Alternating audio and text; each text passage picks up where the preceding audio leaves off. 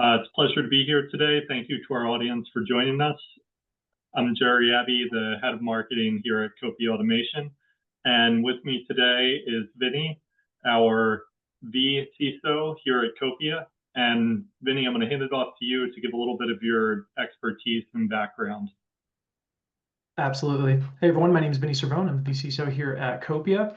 A little bit about myself. I have been with Copia for about a year and a half. And, in my career, I've actually had the opportunity to work across multiple different industries in healthcare and biotech and life sciences manufacturing, where I've worked in a range of different cybersecurity roles, ranging from things like OT security, as CISO, and several different roles in the incident response space. Perfect. And with that, let's dive right in. Thank you again for being here to take these questions, Vinny. I'm going to be leaning heavily on that expertise today. So our first question as we dive in, could you paint a picture of the current threat landscape? What makes OT environments so uniquely vulnerable to ransomware compared to traditional IT? And why have industrial operations become such a prime target for attackers? Yeah, and there's a lot to unfold with that question. OT has been around a long time, much longer than folks have been, taking into consideration all the heightened urgency around cybersecurity within the last 10 years as folks have started to, migrate to various different cloud environments, that was a transformation to where we had to expose more services to the public internet and reduce effectively our firewall and, extend the edge of our network from where we normally had our traditionally trusted and safe space out to a number of different resources that may be third parties and such.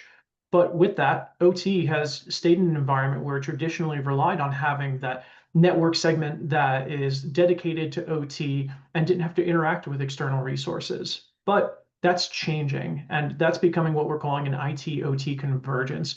As we're seeing a number of different SaaS solutions, whether that's industrial Internet of Things, whether that's traditional SaaS solutions such as Copia, or other different tools and vendors that need access to your environments. And this may all be driven by internal OT requirements or even from business needs.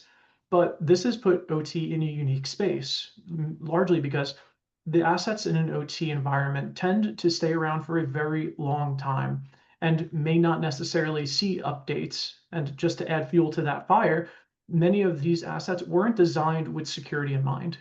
In cyber, we have a concept of secure by design, and you'll hear me reference this, multiple times as we go through the conversation, which is really the idea that we're developing these systems to inherently be secure. Whereas many of the OT devices that you find today were not built with this. They lack baseline authentication. Encryption may not necessarily be applicable for some of the things that you need, but even traditional encryption algorithms may not work. And ultimately, they're very sensitive to being, touched in a sense where you could say that if you're scanning them, they can even be bricked, which would effectively render them inoperable.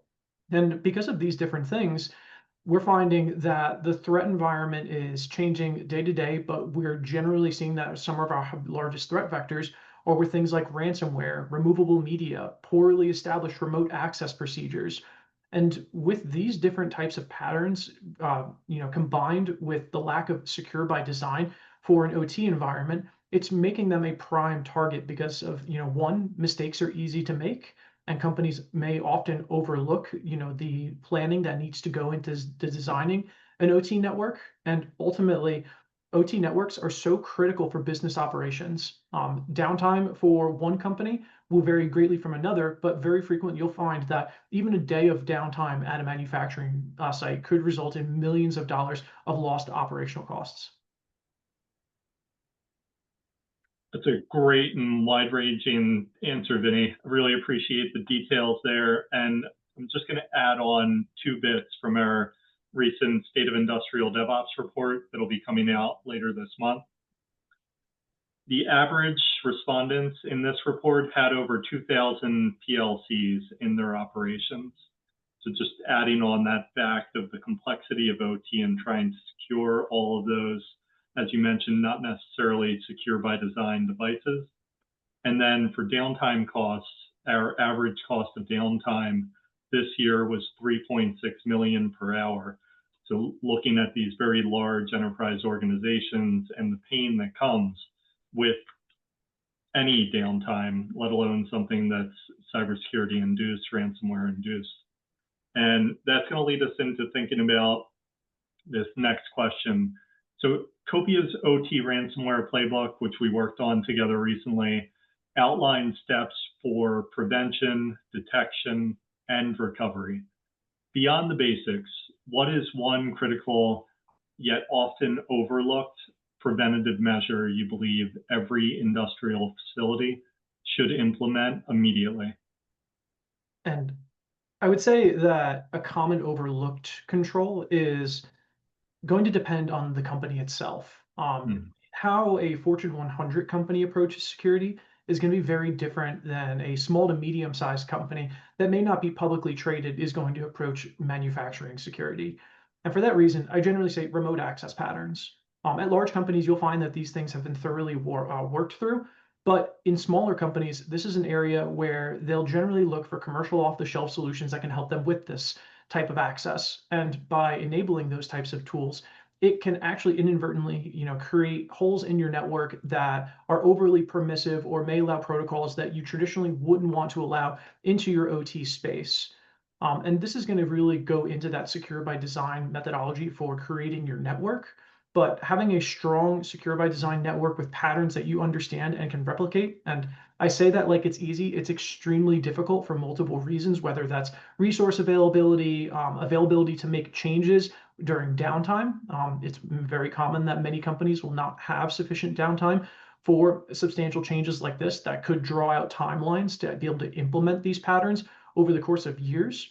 So, taking steps to plan and when developing new sites, make sure they're implemented thoroughly and put in long-term plans for legacy sites to be able to achieve those secure remote access patterns that meet either your business needs, your vendor partner needs, and whatever other patterns you may find that you're traditionally engaged with.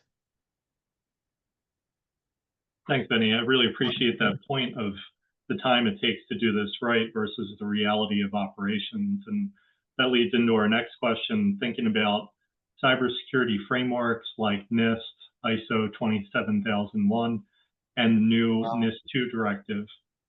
These can feel daunting to apply in an OT setting with legacy equipment. How can organizations practically apply these standards to their industrial assets? And how does a platform like Copia help bridge the gap between the standard and the factory floor? Yeah. This is an extremely challenging process. For one, establishing a framework for your cybersecurity program takes time. You have to understand what types of frameworks you want to align to. You have to get the leadership and business buy-in for these, because ultimately it's going to need resources and funding in order to achieve. In your traditional IT environments, there are a number of different GRC, which is governance, risk, and compliance tools that can help automate these types of functions. GRC is very well known for being hands-on intensive, as well as needing substantial conversations from IT and business resources to understand a business process. And with tools that are out and available, they can go and scan resources in things like AWS, Azure, even on-prem areas to help identify what assets are there. Are they encrypted? Do they have the most recent vulnerability patches? Those different types of things. But in an OT setting, many of these tools are not available. In an OT environment, you may not want to perform scanning due to the sensitivity of some of these devices and how they react to being scanned, which I mentioned a bit earlier. So when you're looking around at these different environments, you have to really start thinking about what do I want to scope into these different frameworks? Because you're still going to have to deploy tooling to help identify all of your assets. We have a saying in security, you can't defend what you can't see, and that applies in IT as well as OT environments.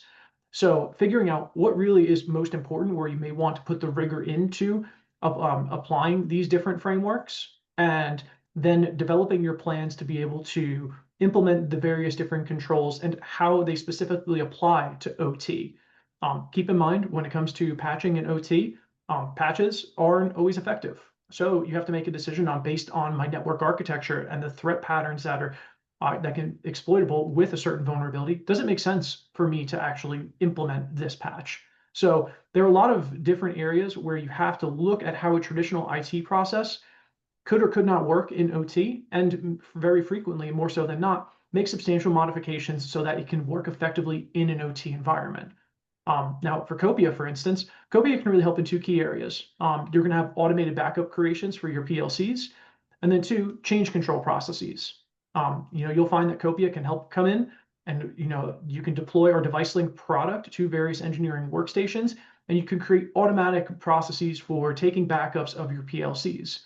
Then on the change control side, Copia is a Git-based tool that allows for you to put in approval processes to be able to manage the changes that are going into your environment.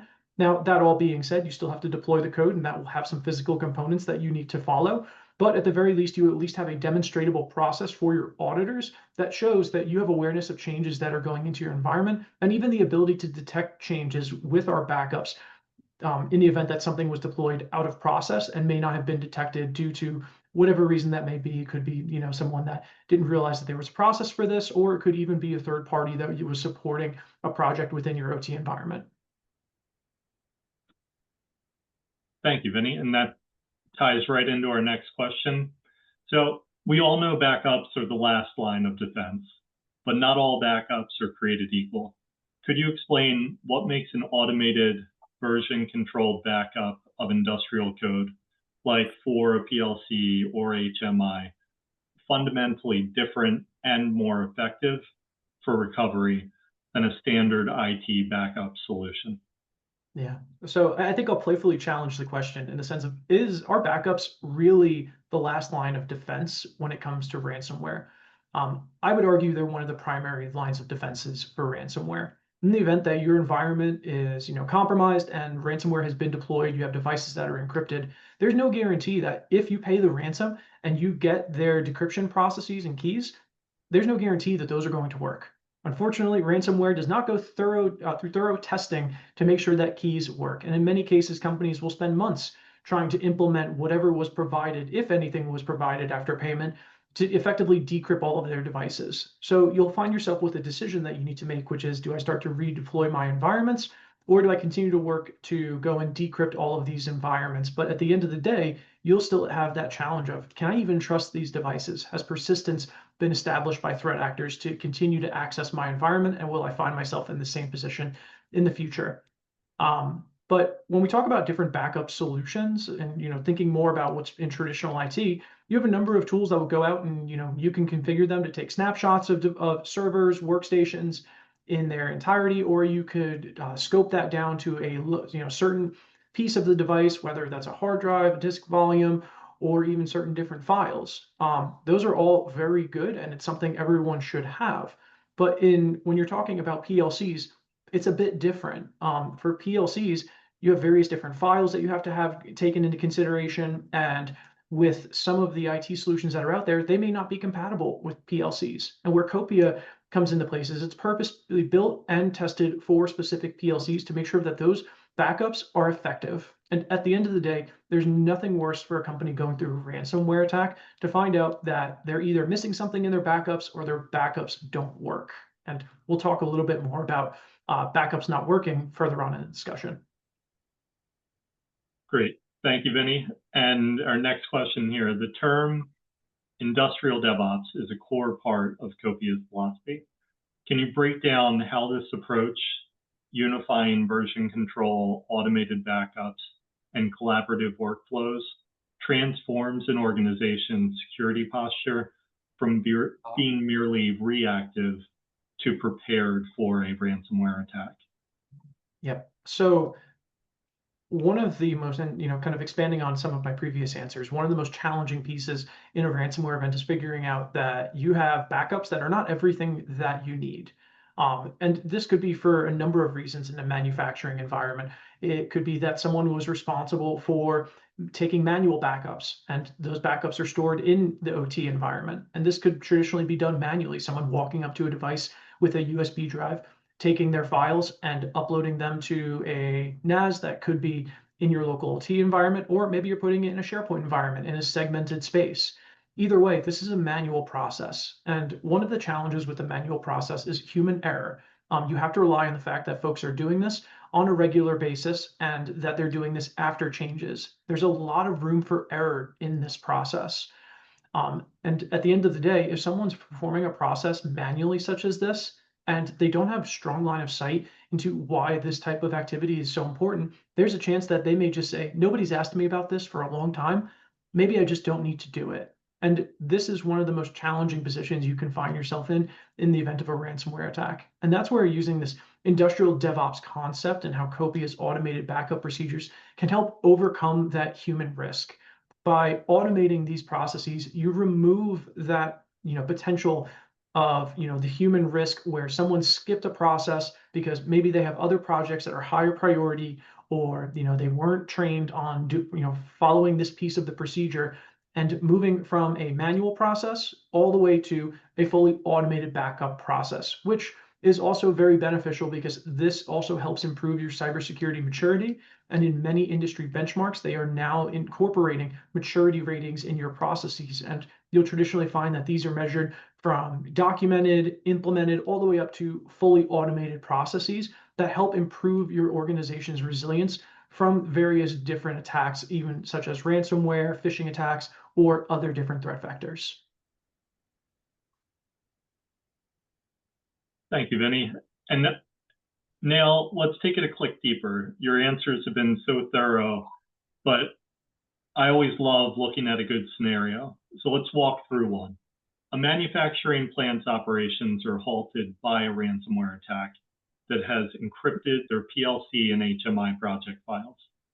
What does the recovery process typically look like for a team without an industrial DevOps solution versus a team that has one in place? Yeah. So traditionally, we like to hope that most companies have an IR plan in place for traditional incidents. And what is really going to help them take that next step in maturity is altering their IR plan to be specific for their OT environments. Many folks may not know, if they don't have an OT background, that in the event that you find malware on an HMI or something along those lines, in a traditional IT environment, you may take snapshots of that device, you may take that device offline, but in OT environments, that device may be critical for a business workflow. So there's a higher chance that you're going to contain a portion of your network and actually leave the malware there and watch it until you can get to a point where it's not going to cause a financial impact to the business, to go in and actually remove that malware. And that will probably perk many folks' ears if you're not familiar with this space. But referencing that $3.6 million per hour related to downtime really forces some uncomfortable questions that have to be asked, and can leave you in a very uncomfortable position.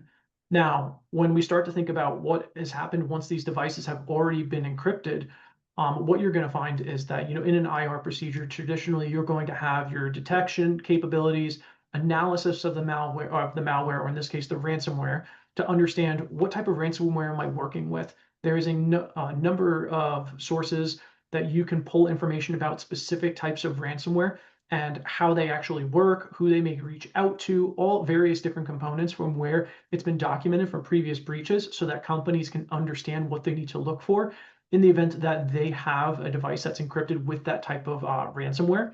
And ransomware, just for everyone's awareness, is going to differ from IT environments compared to OT environments. Ransomware is adapting to work on manufacturing devices as opposed to traditional Windows 11 or other devices or Linux boxes. So once you've gotten to the point that you've identified this ransomware, now you have to make that decision of how are we going to contain this, because we can't have this spread throughout our entire company. So you'll find that companies may go into a point where they are containing their network and also engaging their IR vendors to help with these different types of events to figure out the best path forward, so they don't lose very important evidence that's necessary to figure out the initial point of entry and prevent the threat actor from coming back into the environment. Also, going through this, they'll have to take into consideration how long this actor has been in the environment. There's something called an APT, an advanced persistent threat. A bit of a dated figure is from something I've read in the past, was that a APT on average is in a network for about 3 years before they actually execute their payload. And by this time, you can expect that this threat actor has as in-depth of an understanding of your network as some of your most seasoned resources in the company. And at that point, you're effectively challenged with someone that has, knows your house just as well as you do. So ultimately, you'll get to a point where you're prepared to start restoring your network, whether that's going to be on a green network or, trying to reintroduce the existing network. And you're going to have to restore these different devices. When you don't have a solution like Copia that's helping with your automated backups, you're going to find yourself running to figure out where are the backups that we currently have. Do we have one version of a backup? Do we have many? Because hopefully at this point you've established, when do I know I can trust my backups compared to when I cannot? And you'll have different versions that you can choose from in order to be able to, deploy those devices. With a manual process, you may not have that availability. It all depends on what you've implemented. With Copia, you have the peace of mind that you have multiple backups over a range of different periods that you can choose from in order to restore those devices to a trusted state. Now, at the end of the day, not having to run around and find backups is going to give everyone significant peace of mind and one less thing to worry about during this stressful time. And knowing that these are all in external storage that are protected with various other security controls is going to bring peace of mind to your organization and trust that you have more comprehensively consistent backups than something that may rely on a human manual process. Thank you, Vinny. That really brings all of your previous points to more life, thinking about that scenario and how it can play out, especially with that APT, Advanced Persistent Threat, in there, understanding your house as deeply as you do. So that brings us to our last question here today.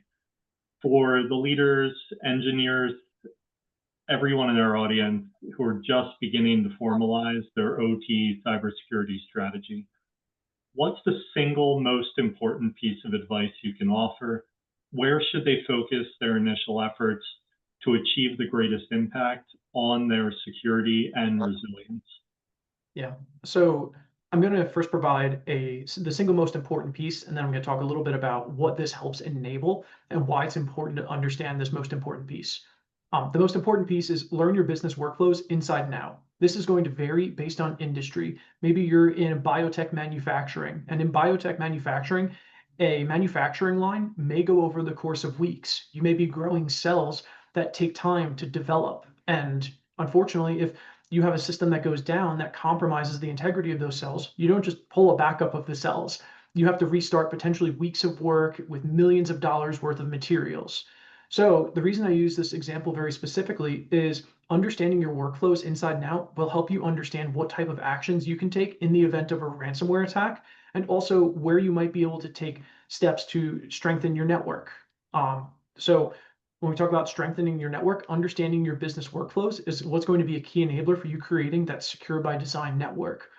Understanding that workflow is going to help you figure out where you can implement segmentation, various different zones, accessibility to data for your business partners, whether that's folks going into your OT network to grab it, replicating it into IT environments so that you have less connections to your OT environment, all various different capabilities that originate out of understanding your business workflow. And at the end of the day, understanding this business workflow is going to help you understand where you need to create threat models that can reinforce your detection capabilities. And if you're not at that point, deploying baseline detection capabilities across the entire environment is going to give you a world of help to be able to identify, unintended connections, malicious activity, just with out of the box alerting. And as you start to deploy these capabilities, you could then start to take that next step, which includes external penetration testing with a third-party provider, to go in and start to test the effectiveness of your controls. As you mature your detection capabilities against threats that you're anticipating, going through these penetration tests, it can also give your IR team the opportunity to test what they've implemented to make sure that they have their detections implemented correctly, and you can effectively respond to the threats as you're seeing them in your network. And then the last piece I'll throw out here, which is a little bit different from knowing your business workflows inside and out, but taking a little bit of time to engage with an incident response firm, put them on retainer, get the contracting piece out of the way, and focus on having an OT specific IR firm that can come in and help in the event that you're dealing with an incident. Making sure that you engage an IR firm that has OT experience is going to be extremely important. Having someone from IT come in and take practical IT IR steps in an OT environment is not going to be the path you're going to want to follow. You're going to want that OT specific expertise, someone that understands different types of threat vectors, in an OT environment and where your threat actors look to establish persistency. So having that specialized expertise is absolutely worth the upfront effort it takes to put those relationships in place. Thank you, Vinny. Really appreciate the practical steps and laying it out there for our audience. We are done with the meat of the content for today, but anyone in our audience, we are happy to field your questions. If you can just throw them into the Q&A. To give a minute for that, I'm just going to highlight that we have our State of Industrial DevOps report, which has a few of the stats that we mentioned today and many more. This will be coming out in about 2 weeks' time, and you can pre-register here for first access to the data and report. And I'm just going to check if we have any questions in.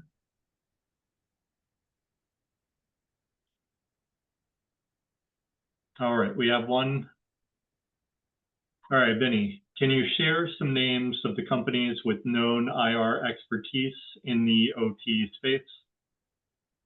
Yep, I can't officially recommend any companies, but I can say there are companies out there like Dragos and CrowdStrike, both companies that have substantial OT expertise who can help in these different types of scenarios. I also recommend, getting engaged with the community. There are a number of different OT conferences where you'll find a number of other vendors that can also help to support these different types of, engagements that you may need. And the last piece I'll leave you with is you may have a cyber insurance company. In the event that you do have a cyber insurance, this may come with incident response services. I highly recommend having the conversation with them to understand if they have OT expertise. And in the event that they don't, then make sure that they have a relationship with a company that you bring in just to make sure that you can get any funding back through your claim process and not find yourself left with a substantial bill. Plus, if they have a relationship with an insurance company, they traditionally do offer additional discounts. Thank you, Vinny. Any other questions from our audience? Feel free to put them in the chat now. I'll leave it about 30 seconds and then we'll wrap up today's webinar.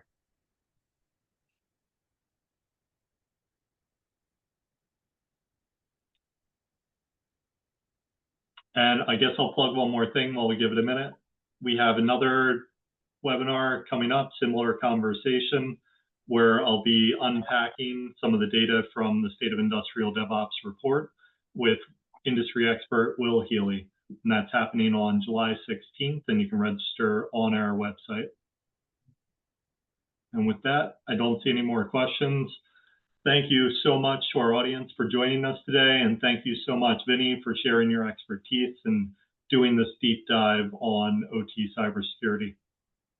Absolutely. Thanks for having me. Thank you. Have a great day, everyone.